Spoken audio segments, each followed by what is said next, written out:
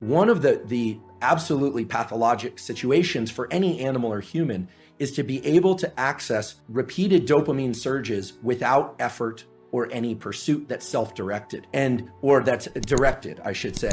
So for instance, cocaine, a drug which potently increases dopamine, or methamphetamine, which potently increases methamphetamine, but doesn't require any sort of adaptive action pursuit except to acquire the drug and spend money on it. No sacrifice. So essentially what ends up happening is the circuit that gets rewarded is only the drug-seeking behavior, and no other behavior will give the kind of potent dopamine release that cocaine or methamphetamine will, which is why they are so pernicious. Now, likewise, Right. I'm not... Well, plus they have that powerful reinforcing effect, right? So not only do you get that kick, but what's reinforced by the dopamine release is the behaviors that were right prior, particularly right prior to the ingestion. And if all that is the drug-taking behavior, that's all that develops. That's right. You build that monster inside your head. That's right. So I can see where you're going on the pornography front. Right. So I was starting to get a lot of questions. I was kind of surprised. I thought, well, I'm male, and maybe that's why they feel comfortable asking. But people were saying, we're asking about pornography, and they were asking, I realized we want to, I'll just be direct about it. They were asking whether or not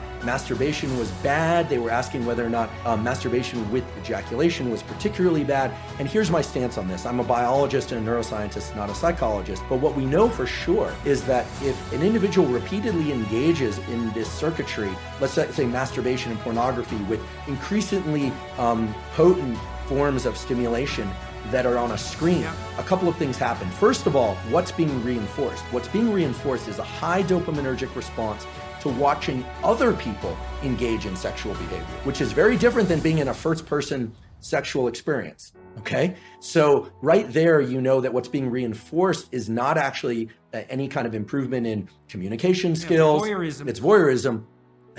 And as these questions started to come in more and more, I started to realize there was a lot of kind of undertones of people talking about fear of or experience with sexual dysfunction that clearly pornography can lead to. And here I'm specifically talking about males. I actually don't know the literature on females. So here I'm talking about... Females don't use visual pornography to the same degree. I see. They use literary pornography. I see. So, and then you start to think about, okay, what happens in the cascade or the arc of sexual arousal and orgasm? What happens is that initially there's it's parasympathetically dominant, meaning if somebody is too stressed, they actually can't engage in sexual behavior. The arousal response doesn't occur. Erection is blunted, but the actual orgasm response and ejaculation is strongly associated with the so-called sympathetic nervous system, which has nothing to do with sympathy. It has everything to do with, it's a kind of a stress response. And then it reverses to a parasympathetic response. And a hormone called prolactin increases dramatically after ejaculation and dance.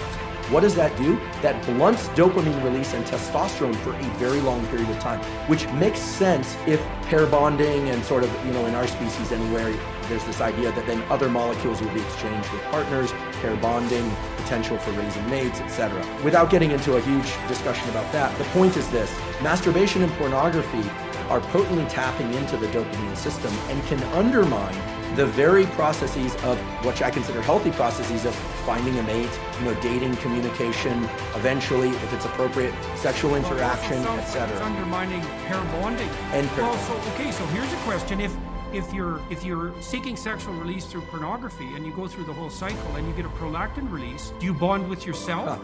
So this is very interesting. The biology explains it as what's left there is a kind of an open loop, a kind of an emptiness. Right? Because bonding with the self is a complicated notion. I mean, there's a healthy version of that, of course, loving oneself and self-referencing. And again, this is more far more your domain than mine in terms of what a healthy self-relation is. But in the absence of a real partner absence of real sexual partner, there's an open loop of neurochemicals, including oxytocin and prolactin. The dopamine, remember, dopamine goes up during pursuit, anticipation, then peaks and then crashes below baseline after orgasm and ejaculation. So this kind of low that people fear is putting them into an amotivated state. We can think of this, if I were to kind of expand on it, would be it's this kind of neurochemical, psychological equivalent of making your home environment filthy for a while.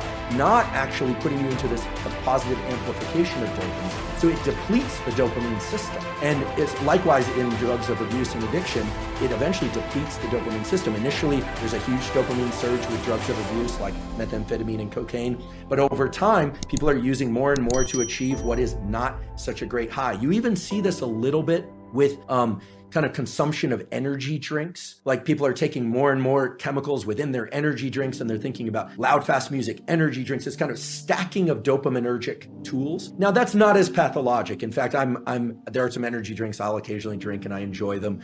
I don't think we need to be entirely afraid of pursuing or engaging in things that release dopamine. Obviously, healthy sexual behavior, food that we love, social engagement, all of these things can be dopaminergic. It's the big peaks in dopamine that are not associated with any prior effort or organization of self that are particularly dangerous for the human being. Yeah, well, you could see that's a cardinal danger of affluence. Then that's right. This is why the children of that's right. You cannot get rats addicted to cocaine if they live in their natural environments. Is that right? You can only get rats addicted to cocaine if they're isolated rats in a cage. Yeah, they won't bar press for cocaine in the natural environment, and it's because they have alternative sources of dopaminergic gratification. Very interesting. So it's very interesting. Yeah, the children of very wealthy people who are overindulged. I've seen that many times, and it is a very sad sight. Yeah, well, they're not optimally deprived, eh? And that issue of optimal deprivation, that's a killer issue for an affluent society. There's an additional issue with pornography, which is not often discussed, which is that, remember, guys in particular, the brain is a learning prediction machine. And I'm not trying to say that all pornography is bad, but there are good data to support the idea that if your brain learns to be aroused by watching other people have sex, it is not necessarily going to carry over to the ability to get aroused when you're one-on-one with somebody else, right? Especially young kids who are consuming a lot of pornography, the brain is learning sexual arousal to other people having sex. So you're going to program yourself into being a voyeur. Or just create challenges in sexual interactions with peers, with a real partner. Right? Mary Harrington has the 3 laws of pornodynamics, and the second law of pornodynamics is the law of fap entropy.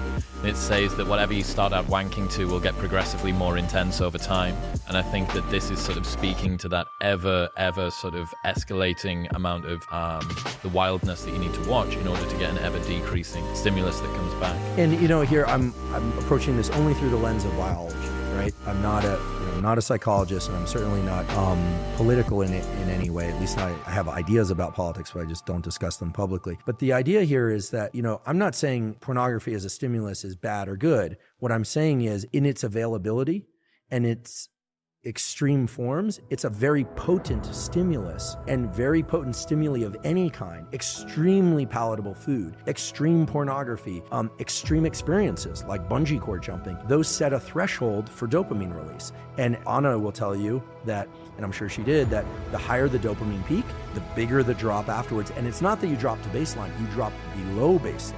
Again, it's not, these things aren't good or bad, they just have to be controlled in a way, because when people are pursuing dopamine peaks over and over and over, and they aren't getting them, typically it's because they've been pursuing that activity far too often. And you're saying perhaps take a break from that, and there may be an ability for yourself, your system to reset. Right. Yeah, I mean, in theory, all the things that we're talking about with pornography could be superimposed onto food, or could be superimposed onto real sex, right?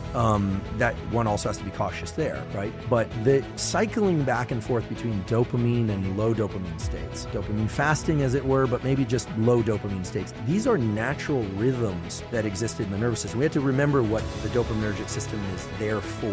I'll say it again, I wasn't consulted at the design phase, but we know as a generic form of motivation and pursuit. You can imagine the human or the animal that's hungry or thirsty. It needs energy to go pursue the thing. So the idea that you have to eat in order to get energy, that's true. You need energy in order to get the thing to eat. So our nervous system has energy also, that's dopamine and epinephrine. Yes, we use glucose and glycogen, etc. when we're pursuing things, but the idea here is you're pursuing something, and then either by smell or by sight, you think you're on the right track. So you go down that track and then, there it is. You get some berries, or you get, let's get prehistoric about this, or you get to kill the prey and eat it, and then it gives you energy to continue this pursuit or to reproduce. I mean, there's a reason why humans and other animals seek out reproduction, is that every species, but certainly humans have two innate desires built into them, whether or not they decide to actualize this or not, is the desire to protect young and make more of its own species. Every successful species does that. Even if people don't have children, in general, people care about children